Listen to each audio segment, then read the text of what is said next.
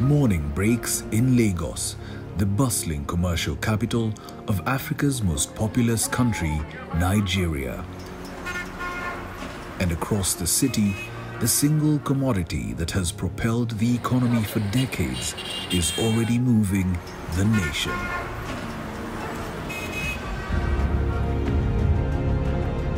Whether it's the massive influx of morning traffic, the bustle of 100 local markets, the colorful high-rise skyline, or the oil rigs in the city's harbor, there is simply no getting around it.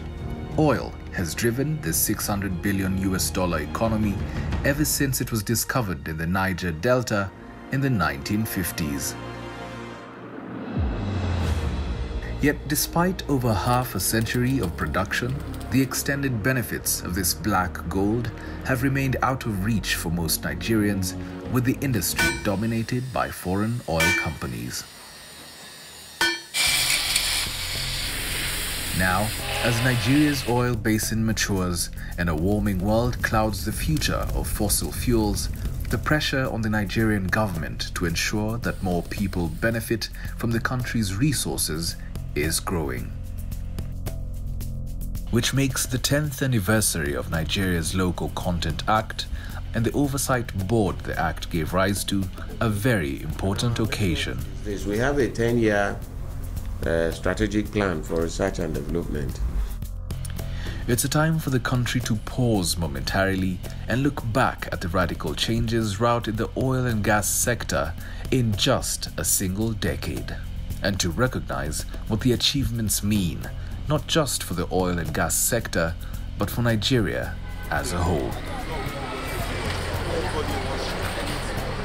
It was in April 2010 that the Nigerian Oil and Gas Industry Content Development Act was enacted. Known in the industry as the NOJECT Act, it also created the Nigerian Content Development and Monitoring Board, or NCDMB. Headed by engineer SYMBI WABOTE and aided by a highly committed and skilled team, it has been remarkably successful at persuading the world's largest oil companies to comply not only with the letter but also with the spirit of this transformative Nigerian law. Before the enactment of the Act, all production activities were in the hands of international operating companies, the IOCs.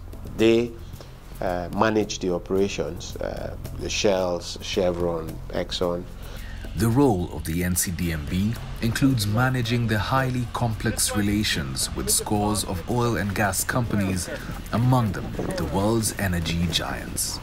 All engineering design, conceptual, front-end, detailed engineering design were done outside the country. But today as we speak, 80% of all engineering design in the oil and gas industry is done in country, which is a major achievement. You can imagine the capital flight when we did all those kind of design outside the country. The international oil companies, or IOCs, poured billions of dollars into developing Nigeria's oil capacity. But they also made many more times their initial investment in return. All the while, doing very little to develop the high-end skills required to run an oil operation in country. By the early 2000s, it was clear that things had to change. Dr. EMEKA OKWUOS, now chairman of one of the largest Nigerian companies servicing the oil and gas industry, was amongst those who early on called for the new policies. We found out that most of the service companies were all multinationals. And when they're multinationals, the values go back to where the capital that is bringing that service is coming from. So we said no. That a few of us came together, mostly ex-Schlumberger engineers, and started working on developing capacity. The policy document that emerged set ambitious targets. 45% of the oil and gas projects were to be served by Nigerians by 2007. The policy would be driven inside the Nigerian National Petroleum Company, or NNPC. It was a struggle for the oil and gas industry to really respect those 23 directives, because it was taking them out of their comfort zone. For any engineering project in the oil and gas sector, it was done outside the country. Even studies, petroleum engineering studies, reservoir studies, every study was done out of the country. Nothing was in the country. So that directive they struggled with. Despite the opportunities, there was very little change on the ground. Early Nigerian entrants like Nest Oil battled to get acceptance as serious players in the industry. Before the act came on board, it's a question of who the IOCs like. If they like your face, they give you a job. They don't like your face, you're gone. Most of us have worked for multinational companies all over the world. So we came together, let's do the same service in Nigeria for the betterment of Nigerians, to help Nigerians create more entrepreneurs, retain more value in country, and create more employment and opportunities for Nigeria. Before we set it up, more than $380 billion walked away from the country. Okay, let's go to the key side first, so that when we... Something more substantial than a policy was required to shift the industry into new gear. The signing of the assent by Mr. President triggered the implementation. I formed a group that we called the Nigerian Content Consultative Forum. That included all the Nigerian content managers from all the IOCs, the service companies, and any recognized entity that was operating in the industry. That way, we had input from the IOCs, we had input from the international service companies, we had inputs from PETAN. We created platforms for Oil and Gas Trainers Association. The act had an immediate impact on local investors like those behind Lado, the first private investor in Nigeria's port of Lagos, and the company responsible for a large portion of Nigeria's work on the Egina, a massive oil platform built in South Korea and finalized in Nigeria. The passing of the Local Content Act in 2010 was instrumental in shifting the market to a place where local content became compulsory. It also enabled private sector players such as Lado and the NCDMB, the board, to put in place long-term plans so that we could see over the first 10 years, which we're now reaching, a transformation in the capacity of the market. Regina could have just put 25% effort in an existing fabrication yard to make it big enough and modern enough to do anything. But the way the process ended, it created a new fabrication yard from scratch. And that is what we call the Capacity Development Initiative model. We set it up deliberately.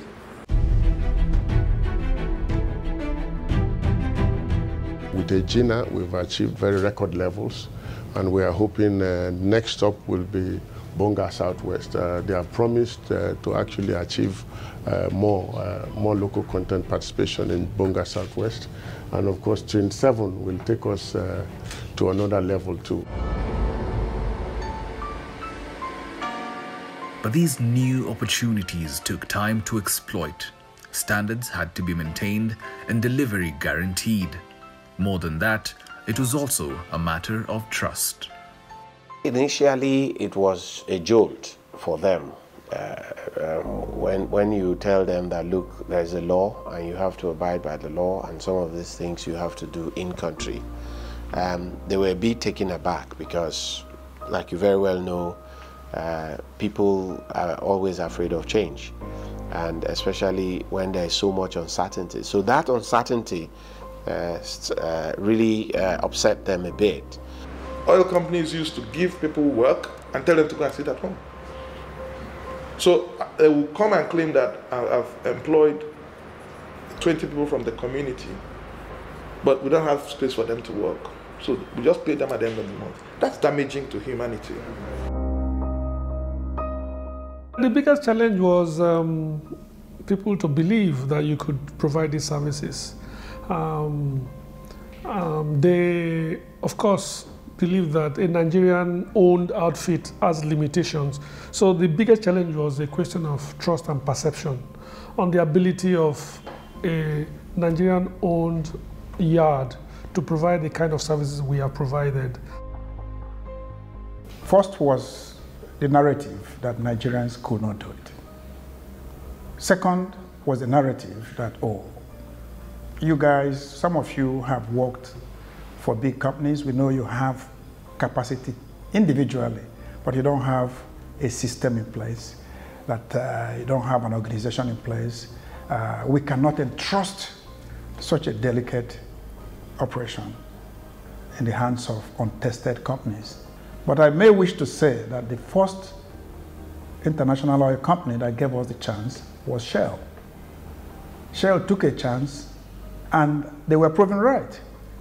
We were already key contributors in the areas of Nigerian content long before the Act was enacted. So you say our history in this space predates the Act. We've done one of the biggest pipelines in this country for Shell, Nigeria, and we're also constructing some, even as of date. So over this period, Nest Oil has actually, proved that we are king of swamps. Most of the challenges comes, especially when you're dealing with swamp terrain. That's the most challenging terrain in the pipeline industry. The IOCs, I will say, trust the work we produce from our yard.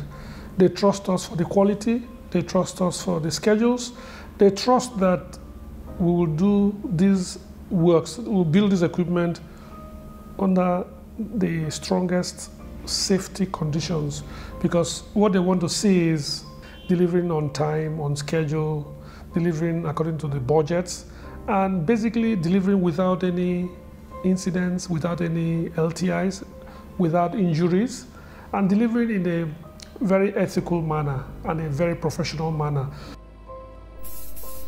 When the Act was signed, that all the jobs, land and swamp, must be given to Nigerian companies.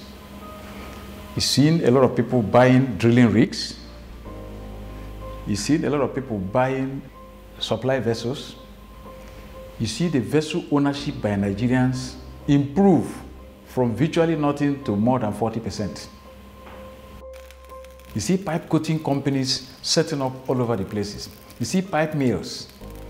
From all the value chain, from exploration, well construction, well services, well evaluation, pipelines, training, up to tank farm. There's no area in the whole value chain that you don't have competent Nigerians performing those services. And see the number of employment created.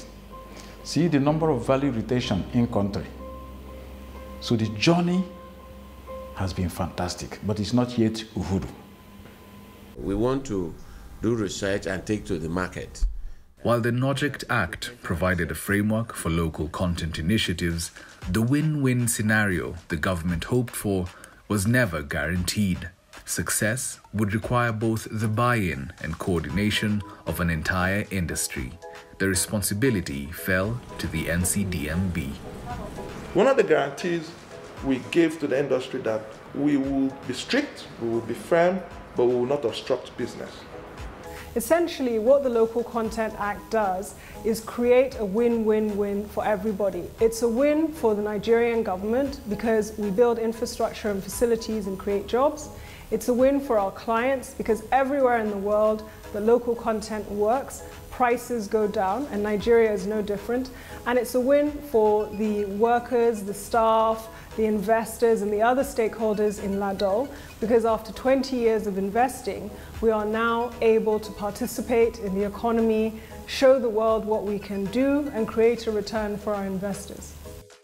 Before the Act was enacted, the local content percentage in the industry was less than 5%. You know, so between 2010 until 2015, we moved it to about 22% in terms of the growth of local content. But as at today, it's about 30%. Because of the success recorded by the NCDMB, a lot of other sectors are clamoring for extending local content to other sectors. Already there is a push for a law to expand the scope of local content to other major sectors of the country. Our aspiration is that by 2027, based on our 10-year strategic roadmap, we'll be at 70% attainment in terms of local content. The trajectory might sound ambitious, but it's based on very solid foundations. From inception, the NCDMB has been determined to chart a path forward that ensures a win-win for the industry and all participants. Without the Act and the board, we would never have been able to dream of this building. Understanding what the board is bringing to the table. Engineering, basically the law says, all onshore swamp engineering and offshore shallow water engineering 100% should be done in Nigeria. Deep water, they say 80% should be done in Nigeria. We looked at then all the various projects that have been embarked on by the various IOCs, and we saw opportunity to grow. A number kept resonating in my spirit: 1,000 engineers, 1,000 engineers, 1,000 engineers. This building is designed to take 1,000 people. They've made sure that work is earmarked for local players, be they in drilling, be they in fabrication, be they in engineering. They've enforced the law. They've also supported us in terms of capacity development. They've supported us to ensure that some capital projects required to take us to the next level are in place. When you are on a project and it seems to be overbearing for you and you are feeling like giving up, just talking to somebody who listens to you and says to you, you can do it, keep on, is more than gold. And that has been the role of NCDMB. They are there to listen to you. They are there to share ideas with you. They are there to encourage you, more than the money they give to you, more than whatever else. And that's key. I'm speaking for myself, and I'm also speaking for contemporary colleagues of us who have benefited. But specifically, they have been there financially to see us through, at least on 2 major projects. And for that, we're very grateful. The flexibility he's introduced, being able to say, okay, I'll offer you a waiver here, subject to you being able to convince me and assure the board that you will develop capacity, you will grow as such.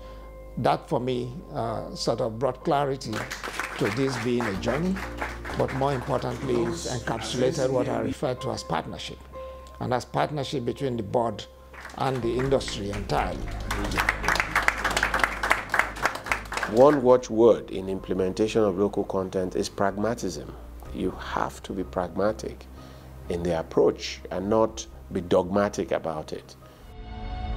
Despite a decade of solid achievements, just 10 years ago, the challenges could not have been greater. The Act required that the headquarters must be in the Niger Delta, in an oil-producing state. So I looked at it. Oil came out from Oloibiri, the first, and that's in Bayelsa State. And if you remember how volatile Bayelsa was at that time, they were holding up the oil business, and this was something that could easily calm the nerves of the industry and allow access back into the oil fields of the Niger Delta. I came from an IOC background. Typically, there was mixed feeling, there was apprehension, but I think over time, the industry at large has come to see the benefit and the importance of the NOGIC Act And I'd equally like to commend the board of NCDMB for the feats they have recorded. The reason for the challenges you have in the sector is it has to do with power. That escalates the cost. So currently we are developing about 5 mini industrial parks where you're guaranteed gas-fired power, you're guaranteed security, so that it will then become an incubation hub for manufacturers to bring down their cost. And these things are located close to the oil and gas fields. So we will do value-add manufacturing. The NCDMB has so far proven adept at identifying the road ahead and keeping that road smooth. We are trying to communicate, engaging, if you like, reaching out to those stakeholders and trying to explain to them on their own input that could help local content. So we have all of them lined up that we continue to speak to. Is it the immigration? Is it customs? Is it Ministry of Finance? Is it Ministry of Justice? To get that. So we are actively doing that. And I think somewhere along the line, some of them are coming through. Thinking of research and development, these have been key areas that we have focused on. Local manufacturing capacity. You will recognize that in the past 10 years or so, you have seen a lot more assets leaving the hands of the internationals into local players. So in that sense, we are all growing capacity. Our oil and gas industry, the Niger Delta Basin, has been producing since 1958, 61 years now. It's essentially a matured basin. And every matured basin, it will come a time when the multinationals will start rationalizing their presence in that matured basin as production starts dropping and you need more and more capital to energize the basin. The difference is that Nigerian independents are available to fill in that gap, rather than the country waiting for other multinational independence to come in. So the future of the oil and gas industry belongs to Nigerian entrepreneurs and Nigerian independents.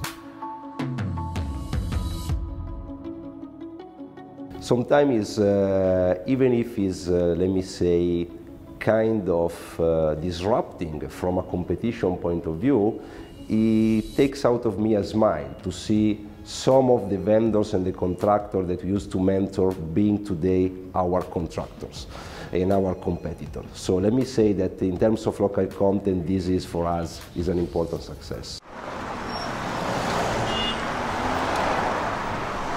We launched the $200 million Nigerian Content Innovation Fund to support local businesses, contributors to the fund with single-digit interest rate. That has had phenomenal success. The other initiative is STEM education. In order to build the engineers of the future, we need to encourage STEM education. So we are working and looking at most of the existing and dilapidated vocational schools to upscale them with modern equipment and training in order to bring up a lot of vocations. The future is bright. We look at the future through the lenses of energy, but we're very aware of the changing dynamics in the energy space, especially with energy transition and, of course, changing energy mix with the emergence of renewables and the likes. But we believe that gas is here to stay. We believe that there will be no energy mix that will exclude gas. Globally, everybody is going green energy, renewable energy. But for Africa, it's going to take time for us to get into that full-fledged green energy. So our oil and gas will continue to still be relevant. The Nigerian content in Nigeria is the pride of Africa, frankly. We have perhaps the most certain local content regulations in Africa. The laws are very clear. The board has done an outstanding job. If the local content examples from the oil and gas industry are modeled into the other sectors of the economy, we'll have a country that is not necessarily self-sufficient, but at least interdependent.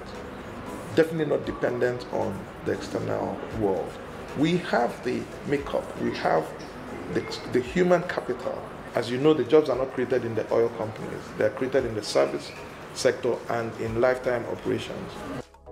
The potential is enormous. When you look at the human resource that you have in the country, when you look at the entrepreneurship spirit of Nigerians, and you are able to harness this too, it will explode. And with that legacy, the Nigerian Content Development and Monitoring Board will be well positioned for its next 10 years of service to the people of Nigeria. The people that call you late in the night and tell you how you've been able to touch their life, the jobs you have created, how because of what you have done, they are able to feed their family and they are able to have confidence for the future. This really excites me every day.